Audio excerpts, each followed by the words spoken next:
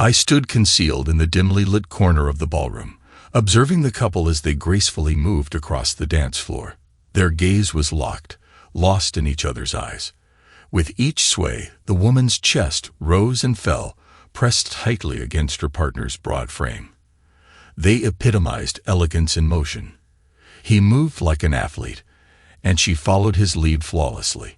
All eyes were fixed on them, drawn by the magnetic connection they shared. There was a bond between them. Though perhaps not love, it was stronger than mere friendship. Her honey blonde hair flowed softly, mirroring the gentle movements of the tide as she remained pressed against him, held tightly by the handsome man. Normally, I might have been envious of their connection, but the woman in his arms was my wife of 11 years, dancing with her boss. Instead of envy, I felt a surge of anger and humiliation. This wasn't our first time attending her company's annual awards banquet. We'd been to 8 others over the years, and everyone knew she was my wife. I could sense people scanning the room for me, waiting for the inevitable confrontation.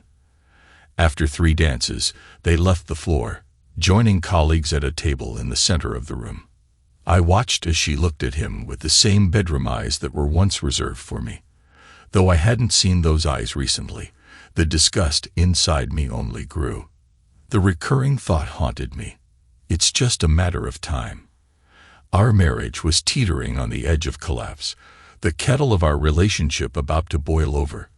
I struggled to make sense of the conflicting emotions within me. Fear, hate, and resentment mingled with memories of love, respect, and trust for my wife. It felt like I was fighting a losing battle, trying to hold on to something slipping away.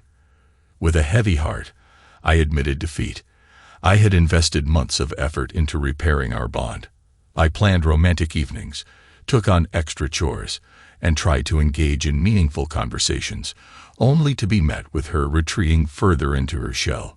Flowers, notes, and heartfelt gestures ended up discarded or ignored.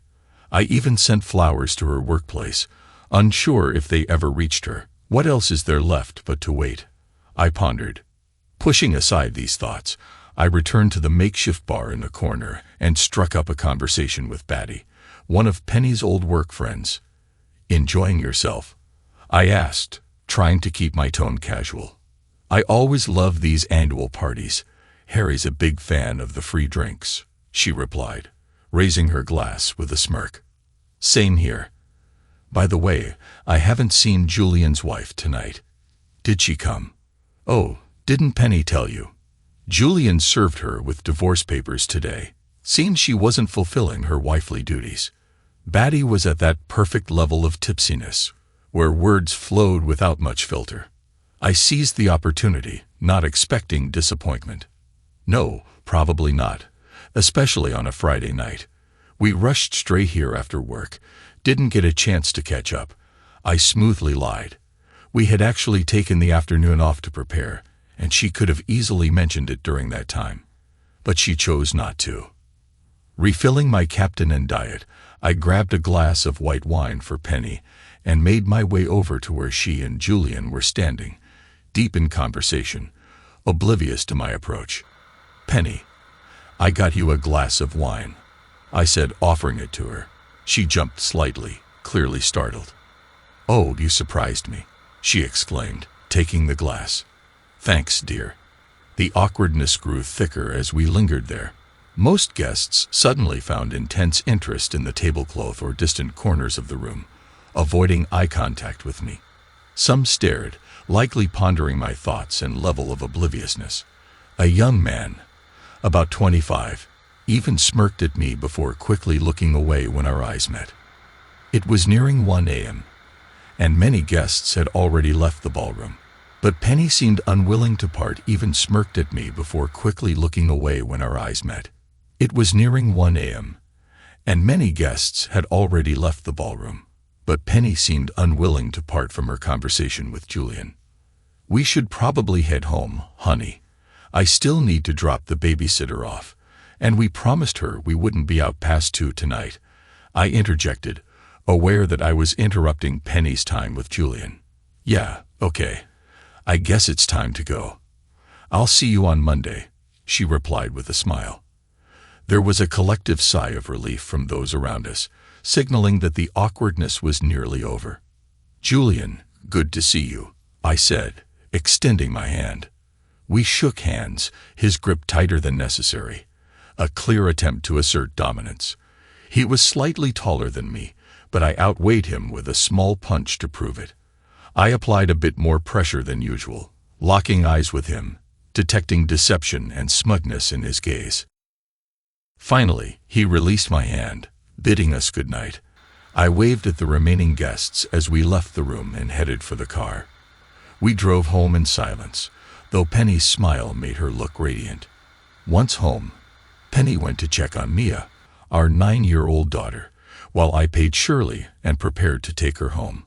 Upon my return, I found Penny already in bed, fast asleep. I checked on Mia, used the bathroom, and retired to the spare room to sleep. My eyes closed with the image of the ceiling in my mind as I drifted into a restless sleep, mentally preparing for the day ahead. I woke up early on Saturday morning, finding Mia already in the family room watching her shows. I gave her a little wave as I stopped in the doorway. "Have you had breakfast yet?" I asked.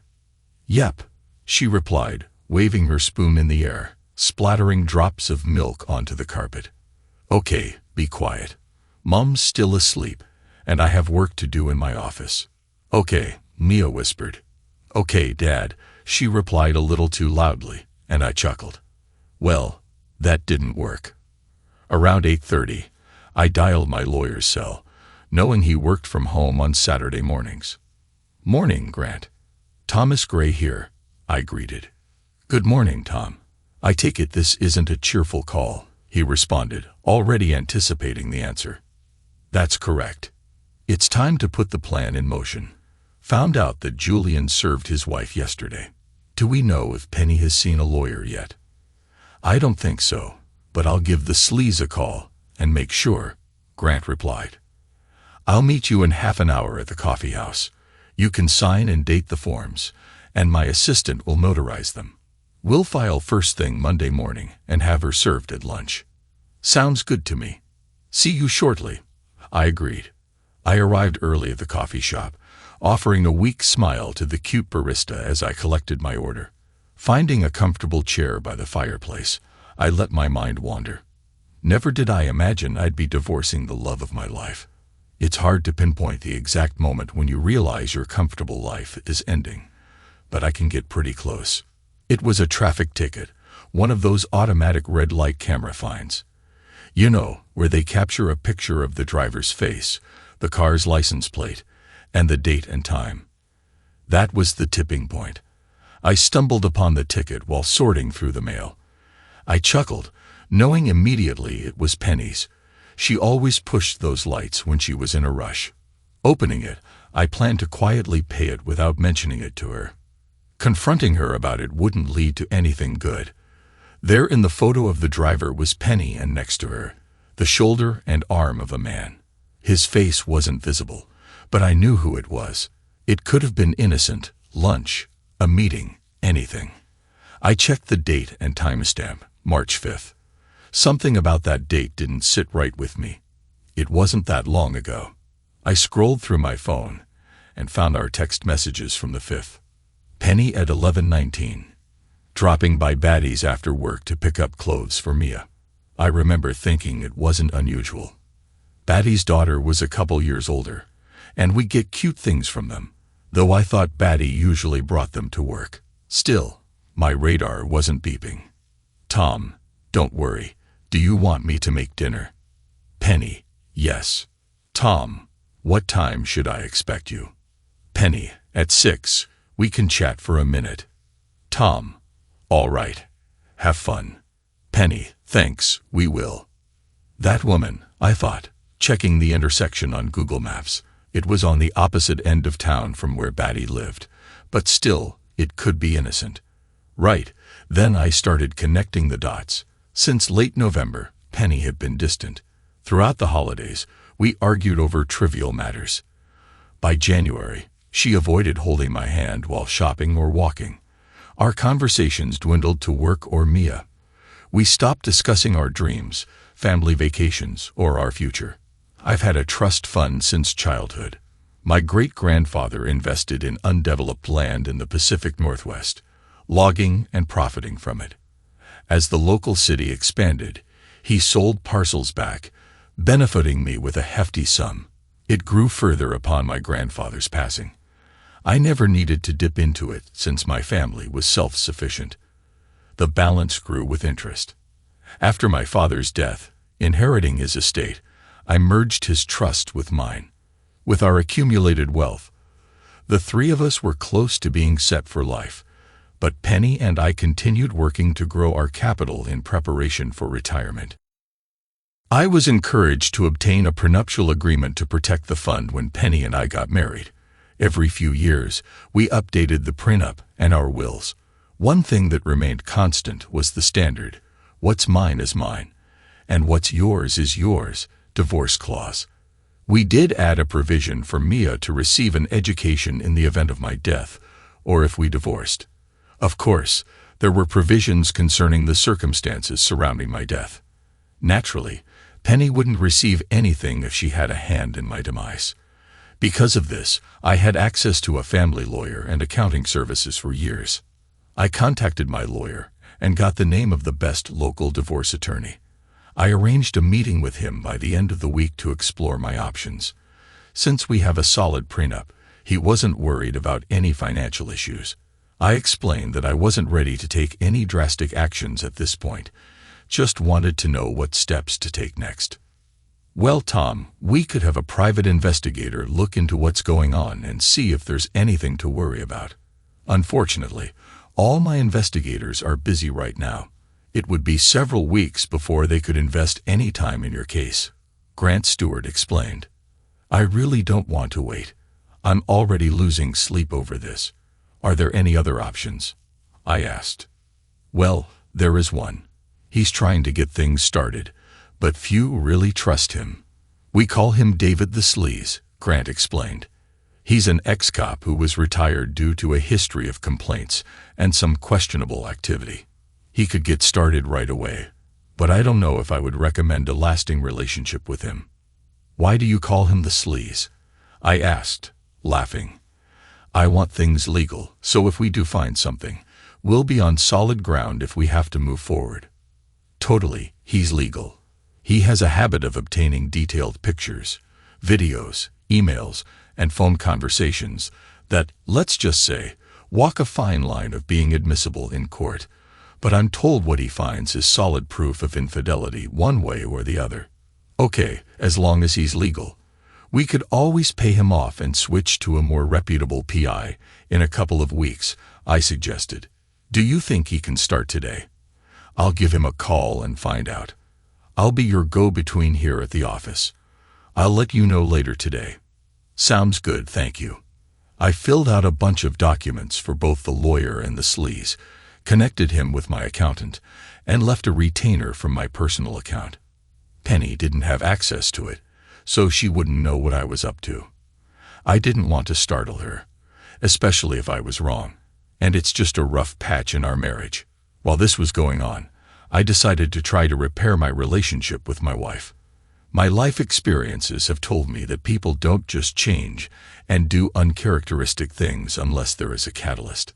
Since I didn't know what that was for my wife, and I didn't know if we were past the point of no return, I decided to make sure I was taking care of business as a husband. I picked up my game and did my best to make sure she felt loved and valued as an equal partner in our relationship. I doted on her and made it my goal to be the husband that all her friends were jealous of. At every turn, I was met with rejection, and it became evident that we had already reached the point of no return. One Thursday afternoon, I was summoned back to Grant's office to receive what the sleaze had found. I was shown hours of footage showing them meeting, sleeping together, and playing the part of a happy couple. There were photos, phone call recordings, and personal email exchanges. I was both impressed and repulsed by the sleaze, agreeing that his nickname was well-earned. Sitting there, I was devastated. Never would I have imagined that she would have an affair with Julian Morgan. I suppose I could see why she would be drawn to Julian. He was tall, handsome, and fit. He was sophisticated and climbing the ladder both professionally and personally. Taking over Penny's department about a year ago as his personal assistant, Penny worked closely with Julian, giving him ample opportunity to warm his way into her life.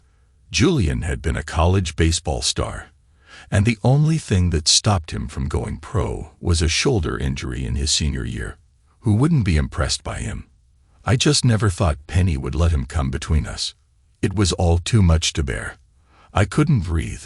My chest tightened, my vision blurred, and I felt like I was going to faint. I pushed my chair back, placing my head between my knees, trying to focus on my breathing. In, and out, until my head cleared. The feeling of loss and emptiness was indescribable. I had just lost my best friend, my confidant, my lover, and the mother of my child. In that moment, I couldn't see a way out of this, and then the sleaze piled on more. He played a recording from the day before, explaining why he wanted us all to be together. Penny. Really? You love me? Her voice held excitement. Yes, my darling. You are the most perfect woman. I love you, and I want us to be a family. You mean you, me, and Mia? Of course. What about Tom and Aunt Nora? We'll divorce them. You'll get Mia. And we'll live as a happy family. There was a pause in the conversation, and I imagined Penny was processing the bomb her lover just dropped. You do love me, don't you, Penny? Yes, of course I do. I never gave much thought to leaving Tom, is all. Well, give it some thought. He could never give you what I can. You will be the belle of every ball, part of high society. Go places and see things that loser could never afford. It would kill him to lose Mia. We are his world. I'll be 10 times the father than that loser ever could be. In a year, she will even want to go and see him. Why do you hate him so much? What has he done to you? Her voice carried concern. He doesn't deserve you, Penny. That loser has no ambition, no drive to be anything more than what he is today. A drone making someone else rich. Penny, you do know he's a plant manager, right? He oversees 400 people, and their plant has the highest production rates and revenue per square foot of any in the company. He's weak, a weak beta who had no drive or ambition in school, and he hasn't even earned his MBA. He's served his time. I can tear him down any day of the week. Penny, Julian, don't think you're that much better than Tom. He's not weak. You don't know about his younger days. He ran with some tough crowds and is skilled with guns. He almost went down a bad path until he decided to go to school. That's why he didn't go to college for a few years after high school. He's stronger and tougher than you give him credit for. Please promise me you won't get physical with him. I wouldn't want either of you hurt, him for Mia's sake, and you for mine. But I'm not in love with him anymore. I wish I were, but you've replaced him as my man, my love. How would this work and when? We'll divorce them at the same time. I've got a few things to get in order before I serve Nora, but with her psychiatric issues and the fact that she and I haven't had anything for a year, it wouldn't be a problem. I'll split everything 50-50-ish. She won't hardly contest. Okay, but you have to file on Nora before I'll even see a lawyer. I asked for the tape to be turned off at this point. I didn't need to hear any more. I looked over at Grant and said, how do I deal with this? You strike first, Tom. But what if she changes her mind? They rarely change, Mr. Gray. I'm afraid they've reached a point where nothing you do or say will make them stop or repent. I got my first good look at David, nicknamed the Sleaze. He was in his 30s, clean-cut, athletically built, and his suit fit him well, completely different from what I had imagined. He was respectful. You're probably right, David. I thought. I started to see him as David, not just the Sleaze. I felt like he was genuinely on my side. Even though I was paying him, he seemed to care and was disgusted by what he had seen and heard from those two. And would you still want her after knowing what you do now? David added. Sounds good, Tom. Can I start working on the framework of the documents, and we can fill in the details later or scrap the whole thing if you want? Yes, let's do that. That has my personal number on it, Mr. Gray, in case you ever need me on the side. Seriously, though, thank you for the offer. I don't think I could do that to Penny, but I like knowing I have a friend if I decide to go down that path. David smiled at me and waved as he headed for his car.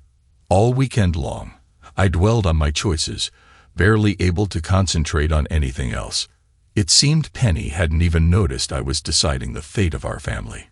It occurred to me that she had already made that decision for all of us.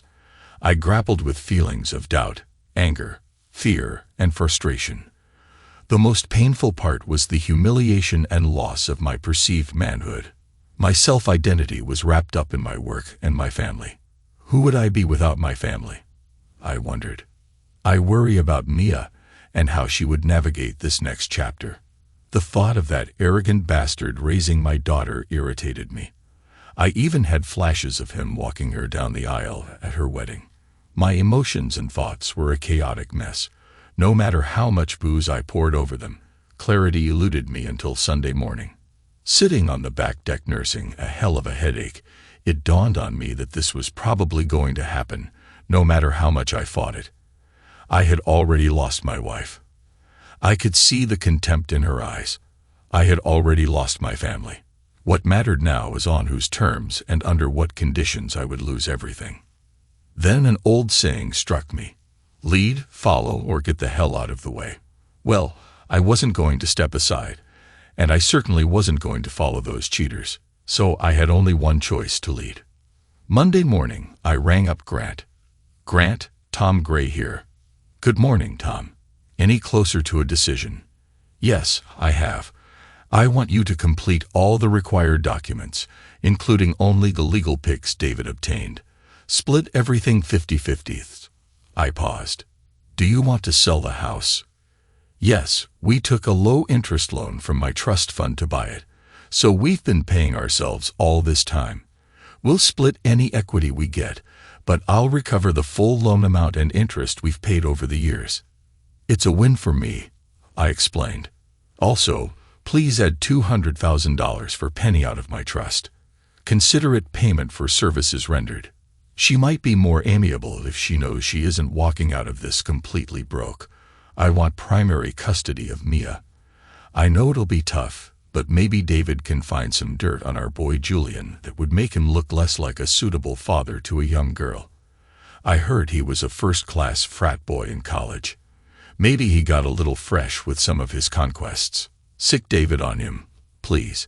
Have a backup plan for Mia. If we get too much pushback on the primary custody thing, write up the most generous shared custody plan you've ever heard of. I stopped for a second to let Grant catch up.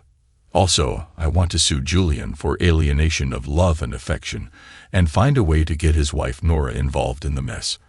I want her to be aware of what's going on in a completely legal, above-board kind of way. Speaking of her, please create another divorce setup for adultery and have it ready for her. I'll pay her fees. I think she should get what's coming to her and make it ugly. We can arrange for both of them to be served in the alienation suite, but you should know it might not lead anywhere. I'll also need her to sign a contract with me. I can start the paperwork, but without her consent or information, there isn't much else I can do, Grant explained. I understand. It's just money, and at this point, I'll empty my trust if I have to make sure those two don't profit more than they do. As my daddy used to say, anytime you get a lawyer involved, you're just negotiating how much it's going to cost. I've got it, so I might as well use it, Tom said with tarnation. Grant chuckled at Tom's snide comment about lawyers as he replied, well, he sounds like he was a smart man. You know you don't have to give her any money from your trust. Your prenup is airtight. I know, Grant, but I've been thinking about this all weekend. I figured if I don't leave her destitute, she might be more willing to go along with my demands. And she kind of deserves it. She's worked hard and helped me protect it from unnecessary draws. Both of us were counting on it as our old age nest egg. I was thinking it might give her an edge over Julian, so when she finds herself out on her own, she doesn't have to rely on him as much. She deserves more, but there's no way I'm giving that cheating bastard Julian anything more of my life than he's already taken. I mean, my wife should be enough. I felt the rage bubbling as I spoke, just thinking about Julian taking over the life that was supposed to be mine. Despite Penny not returning the favor, I always considered myself fair in my dealings. I wanted to ensure I treated Penny fairly. My solace was that I was sure Maya would approve of my actions later when she understood how our family fell apart. One last thing, Grant. Don't file yet. I want to have everything done, I's dotted, and T's crossed and ready to roll. I want to wait for her to make the first move. This will give me more time with Mia in our family home. I know there will come a time when I need to pull the trigger, but I want it to be at the last moment when I can't hang with it anymore. Got it. We can leave it undated and not notarized until you're ready. I work on Saturday mornings from home, so if it falls apart on a weekend, you can give me a call. We still won't be able to file until Monday morning, but I can have somebody standing at the door when they open and have them served the same day. Good, it's a plan. We exchanged our goodbyes and hung up. I reached into my pocket, pulled out David's card, and dialed. David, Tom Gray, how are you? I asked. I'm good, he replied. Are you ready for some sleazy fun? Well, sort of, but I want you to wait for my word, okay? No problem, Tom. What are we talking about? Can we meet in person? Yep, give me an hour and I'll meet you at the Dunkin' on 6th. Sounds good, I replied. I was already waiting when he pulled into the lot. He grabbed some coffee and a snack before sitting down opposite me. I want you to put together the nasty file. Photos, video, recordings, everything you have. We need to find a way to get it to Nora Morgan anonymously, maybe email. No problem. I know a guy who works the dark web, David stated. Is that all? What about posting videos on websites or sending nasty messages to her parents or coworkers, he asked. Boy, he is sleazy, I thought. No, Penny will still have to be seen around town. I wouldn't want her so humiliated that she leaves town with Mia, and I still love the stupid bitch, even if she isn't in love with me anymore. I slipped an envelope with $5,000 cash in it across the table.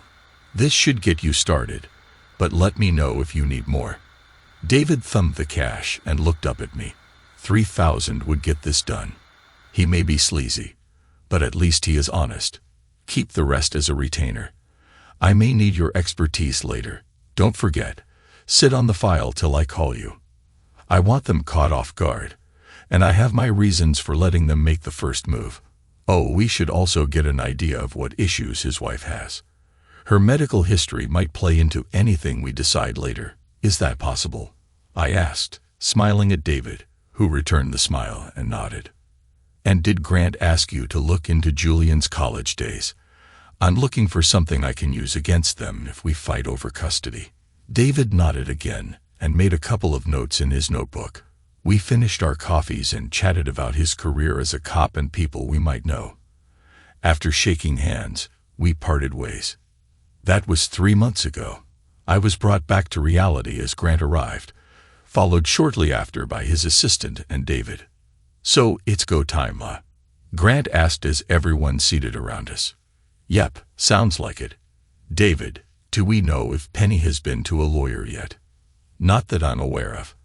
I did a quick search of her emails after Grant called and didn't see anything mentioned. I'll take a closer look today, and we'll know by Monday morning, David stated. La la la, I didn't hear that, Grant exclaimed, plugging his ears with his index fingers. I can't know these things, David. David smiled and nodded, giving me a sly wink. What about Julian? Any dirty laundry? I asked, hopefully. Yeah, he was under investigation with his fraternity, something to do with drugs. I got copies of everything and have already given them to Grant, David replied. Grant looked up and nodded his confirmation, adding, I've got them if we need them for the custody hearing. Pulling out the documents we had been working on for the past few months, he showed me where to sign. As I signed, Grant's assistant notarized, and I spoke to the group. David, could you please find out who Nora Morgan hired as her lawyer and inform Grant? Then Grant, if the lawyer seems competent, could you share our legal files with them? I addressed the group. What if the lawyer isn't any good? Grant raised a concern. If that's the case, we'll figure out a way to get Nora in touch with you. But I'd prefer to handle it properly. David, let's avoid sending her anything overly aggressive. David nodded, sipping his coffee, while Grant glanced between us. Grant, can I pick up the documents on Monday afternoon? I'll deliver them to Penny myself and inform her of the situation. Then could you arrange for official serving on Tuesday? Grant nodded in understanding, instructing his assistant about the filings and preparing for Tuesday's serving. And then I'd like Julian and their company to be served on Tuesday afternoon. I suppose we can drop Nora from the alienation suit since she'll be informed soon. Grant, you can share the file with Nora's lawyer on Monday afternoon, provided he doesn't interfere with my discussion with Penny Monday night. I leaned back, sighing. By Wednesday, things should be well underway. Tom, have you thought about where Penny will stay Monday night? Grant asked. Not until now. Any issue with her staying at the house for a few days? No, as long as you don't end up with a restraining order, and she agrees. I wouldn't recommend sharing a bed. Legally, it might not be an issue, but it could be uncomfortable for you. I'd be worried about what a less than ethical lawyer might do with that information, Grant cautioned. Okay, I'll give her a week to find a place. We're not romantically involved right now. I don't see a problem. Oh, did you mean actually sleeping in the same bed? But our documents do grant me temporary control of the house and Mia, right? I clarified. Yes, until her lawyer files a motion and reverses it all, or until we come to an agreement. I meant actually sharing a bed. It might give a strange impression in the legal documents, Grant clarified. No worries, we're not sleeping together now. Hey David, what did you find out about Nora's medical situation? She's been battling depression and bipolar disorder for years. Apparently, the medication killed her libido, and Mr. Wonderful went looking. David seemed about to add more but stopped himself, remembering Julian was involved. I smiled at him. I don't suppose we need to know how you found this out. David just smiled and shook his head, while Grant pretended to be shocked. Grant, is that a concern for us? I asked. Not immediately, but it might come into play later, especially regarding custody arrangements. We could include it as a condition in the final draft to ensure Mia is never left alone with her. Grant was jotting down notes on his iPad as he spoke. Okay, I don't see it being an issue since they don't have kids and they're divorcing as well. Better to be safe than sorry later. I winced inwardly. Divorce was a nasty business. We chatted a bit more before each of us ended our strategy session and went about our day. I felt a bit down for the rest of the weekend. The tasks I had to carry out on Monday weighed heavily on me. Not that I expected Penny to notice. On Sunday, I phoned my aunt and arranged for her to pick up Mia from school on Monday and have her stay overnight, so I could have a discussion with Penny about some important family matters. They lived on a farm outside of town, and Mia always enjoyed spending time there, playing with their dogs and helping with the animals. My aunt would drop Mia off at school on Tuesday, and I planned to break the news to Mia that evening. I informed Mia of the arrangements, and though she was excited, she seemed a bit puzzled why it was on a Monday night. I brushed it off, telling her that Mom and Dad needed some private time to discuss things. She reluctantly accepted it. I had been sleeping in the spare room more frequently. And once again, Penny didn't mention it. She seemed relieved when she saw me heading there at bedtime. I lay in bed on Sunday night, going over my checklist and reviewing my plan, eventually drifting off to sleep in the early hours of the morning. Bright and early on Monday morning, I called my VP of operations and explained that I needed the week off. I also contacted my assistant and senior production manager to brief them on anything they needed to know while I was away. Around 1 p.m., I stopped by Grant's office and found David there as well. The stack of papers on the desk and the buzz of activity in the office indicated that everyone had been busy. "Tom, we filed at the courthouse this morning, and here are Penny's documents as you requested. We've also arranged for the official service at your home around 9 a.m. on Tuesday. Does that work for you?" Grant asked as he handed me the envelopes. "Yeah, that should work. I'm going to suggest to Penny that she takes the rest of the week off. I'll let you know if that changes," I replied. All right. Grant paused briefly to gather his thoughts before continuing. "David found Nora's lawyer, and he's rather competent. I sent him our files, and he seemed eager. At first glance, it seems he'll be suggesting the countersuit for adultery and a much larger share of their assets than a 50-50 split. He's promised not to take any action until morning, so we're in the clear there." "All right, gentlemen, have we missed anything?" I asked, feeling a bit down. It seems Penny has an appointment with her attorney next week, based on her calls and emails today. "And Tom, please let me know if you need any further assistance, all right?" David asked discreetly, earning another sharp look from Grant, hinting at the confidential matters we were handling. "Okay, good.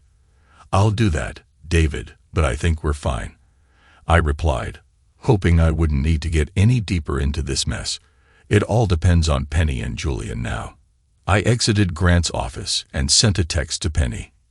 "Penny, will you be home at a decent hour tonight? 17.30. Why? What's up?" "It's okay. I got a little distracted over the weekend and wanted to try and catch up on things today. I've arranged for Aunt Sally to come over to Mia's tonight and stay the night. Thought I'd bring some home-cooked food. Do you want some?" "That's nice. Chinese." "Sure. Dinner will be ready at 5.30.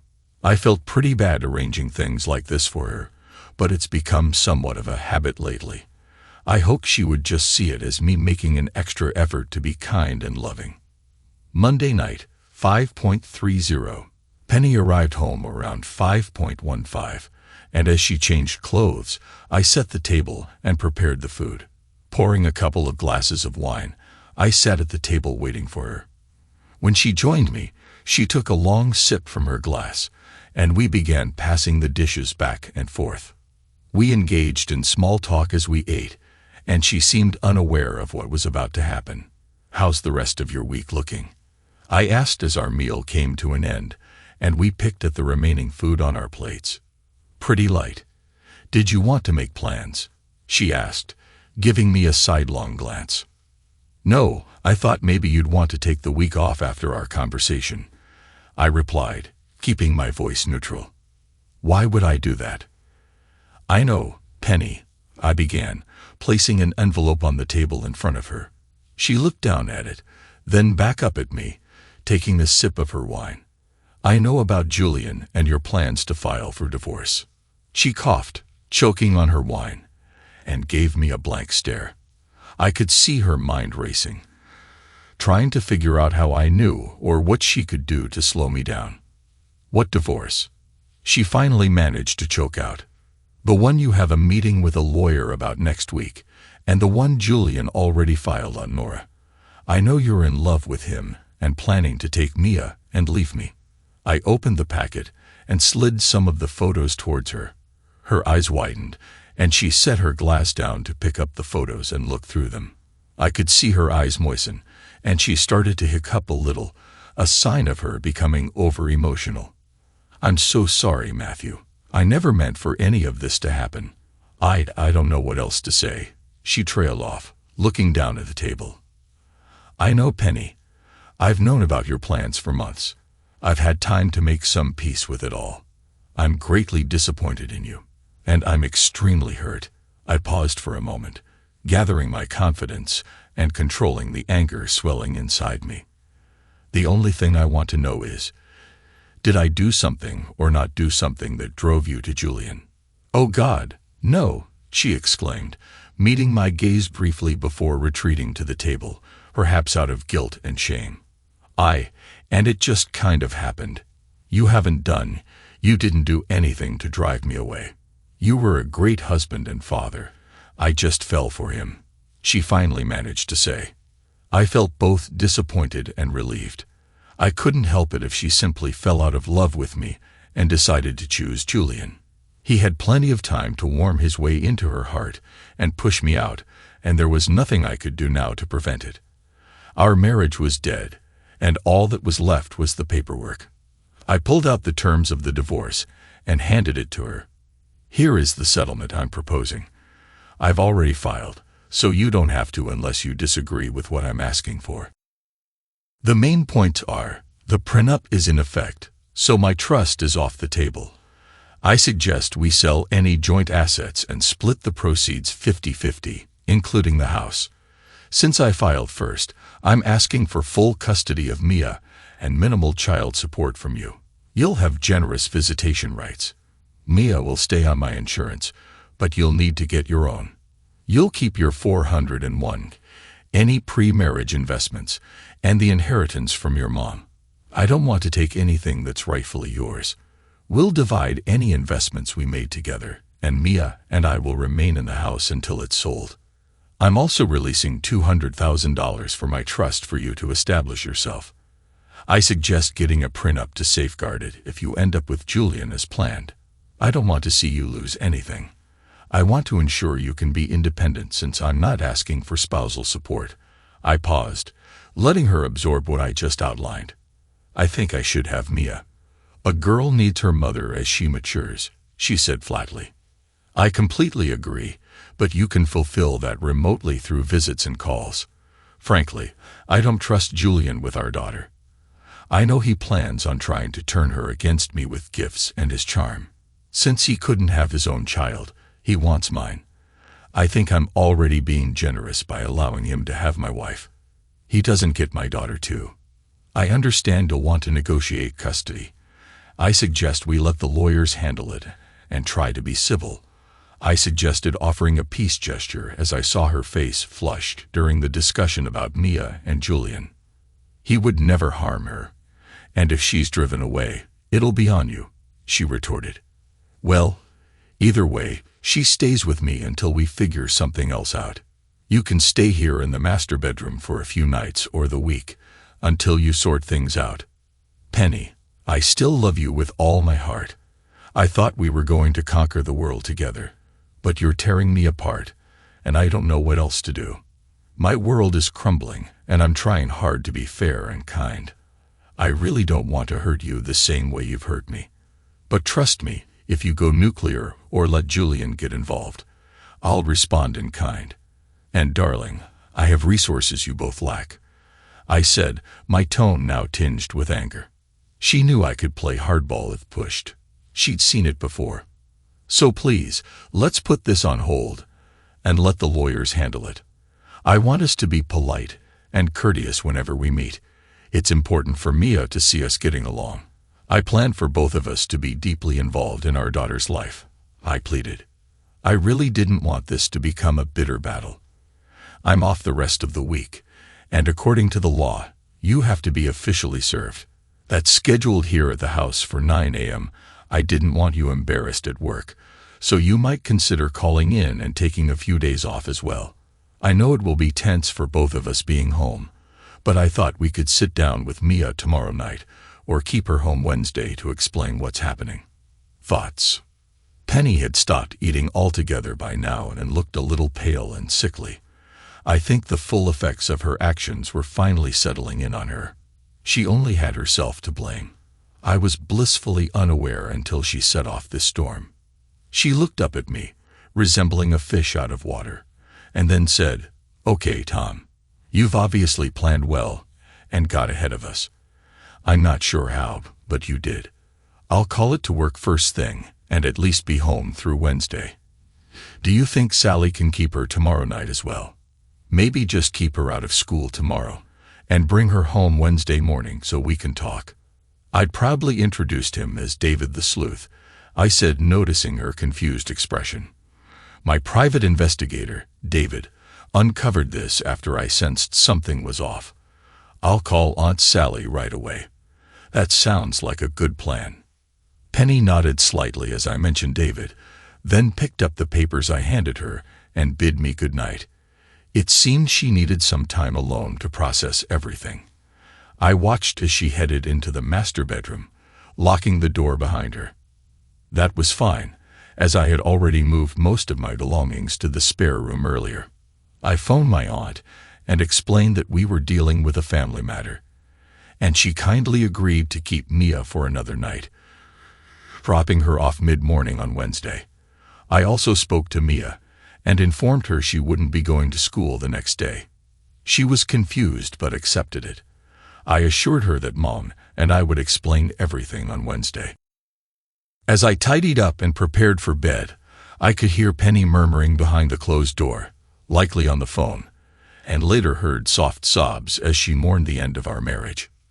Tuesday, I could hear Penny moving around early in the morning, getting ready for her day as she descended the stairs in casual attire. At exactly 9, she opened the door to accept her official documents and package, except for the photos and transcripts, which she must have reviewed last night in her room. After grabbing her keys and purse, she hurried out without mentioning her destination, but I assumed she was meeting Julian, her lawyer, or someone else for support. Later in the afternoon, Grant called me to inform that both Julian and their company had been served with our lawsuits. Apparently, Julian was also served with Nora's countersuit around the same time and was visibly upset. Grant advised me to keep a low profile and be cautious as the server mentioned Julian had made threats towards me. I never thought Julian would act so recklessly, considering he was getting what he wanted. Nevertheless, as a precaution, I retrieved my .45 ACP 1911 from my gun safe, ensured it was loaded and ready, and discreetly tucked it beside me in my chair as I watched TV.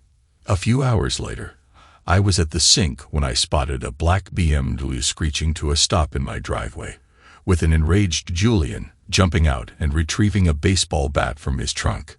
Sensing danger, I quickly retreated to my chair where my cell phone lay, ready to dial 911. With the door securely locked, I felt a sense of safety. I called 911 and informed the operator that there was a man in my driveway with a baseball bat, my wife's boyfriend. Units were dispatched. Just as I made the call, I heard another vehicle pull up outside, likely Penny, given the commotion I could hear. Then, amidst the chaos, there was a sharp yell.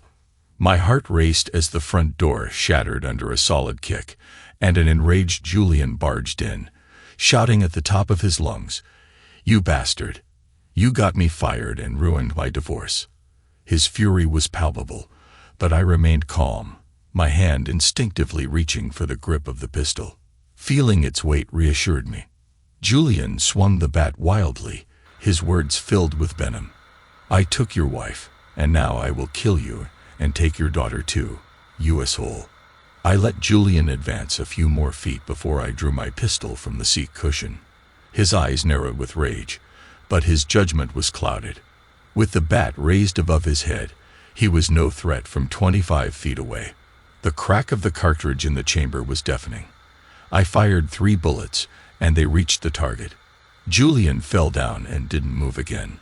Amidst the chaos, the screams echoed in my ears, amplified by the ringing from the gunshot. Sirens wailed in the distance, and the responding officers' shouts became audible. Uncertain of the gravity of the situation, they swiftly placed Penny on her stomach and handcuffed her near the open door. Her cries persisted until she began to vomit, purging whatever she had ingested or tasted. Still reeling from the shock of the unfolding events, I finally focused on the gun aimed at my face and the officer's frantic orders. "Freeze! Drop the gun," he commanded. Coming to my senses a bit, I complied, letting go of my weapon and following his instructions. I lowered myself to the floor. Epilogue. The following weeks were a whirlwind of chaos and stress. Julian was pronounced dead at the scene. Later, I found out from police reports and eyewitnesses that he had been served with my lawsuit and updated divorce papers from his wife, almost simultaneously. It didn't take him long to realize the photos came from me. Penny was beside him when he opened the envelope from his wife and confirmed she had the same set of photos. Moments later, they were both summoned to the VP's office, where they confessed their affair, unaware of the consequences. The executives, feeling the need to make a statement, promptly fired the managing director for engaging in an affair with a subordinate. In that moment, I became the embodiment of evil for Julian. He believed I needed to pay for standing up against him and thwarting his plans. Grabbing a souvenir bat from his office, he decided to come to my house. Penny spotted him through a second-floor conference room window and realized where he might be heading. She intercepted him in our driveway, attempting to calm him down before he could harm me. Of course, neither of them knew I had been forewarned of their arrival and was prepared.